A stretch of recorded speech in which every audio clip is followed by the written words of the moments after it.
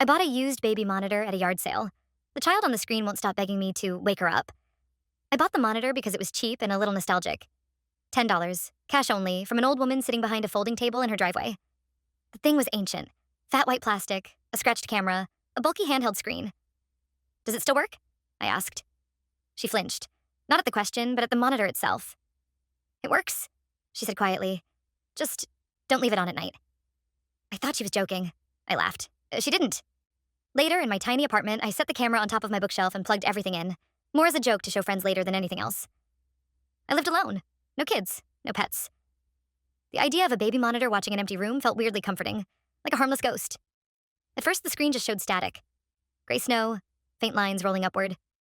I fiddled with the settings, tapping the rubber buttons, trying not to think about how the old woman's hands had trembled when she handed it over. Then the static twitched. The bookshelf vanished from the screen. In its place was a nursery. The image was grainy, flickering in and out, but I could make out a crib against the wall, a rocking chair in the corner, wallpaper with faded balloons. It was not my room. Not anything I recognized. I told myself it was interference, some neighbor's baby monitor on the same frequency. That used to happen, right? Old technology overlapping? I turned the volume up. For a while, there was only a low hum and the occasional crackle of static. I almost turned it off. Then I heard it. A tiny, hoarse voice. Hello? I froze. A child, maybe 4 or 5, sat up in the crib on the screen.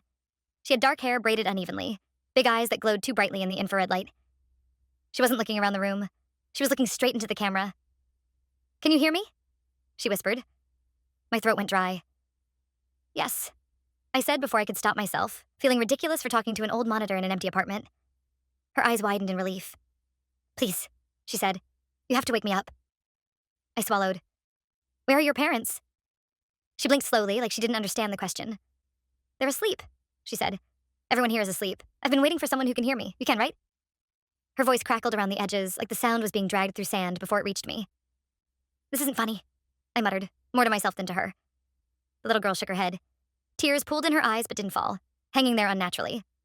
Please, she whispered. He's almost done. After that, no one wakes up anymore. My skin crawled. Who? I asked. She lifted a small hand and pointed somewhere beyond the frame, past the crib, past the doorway I couldn't see. The man with the red hands, she said. He put us to sleep. He said only someone from outside could wake me up. She leaned in, her face filling the screen, pixels distorting around her features. You live close? She added. On the 2nd floor, with the blue door. I saw you from the window. My heart stuttered. My door was blue. Slowly, trying not to look away from the monitor, I reached for the chain lock on my apartment door and slid it into place. On the screen, behind the girl, the nursery door began to open.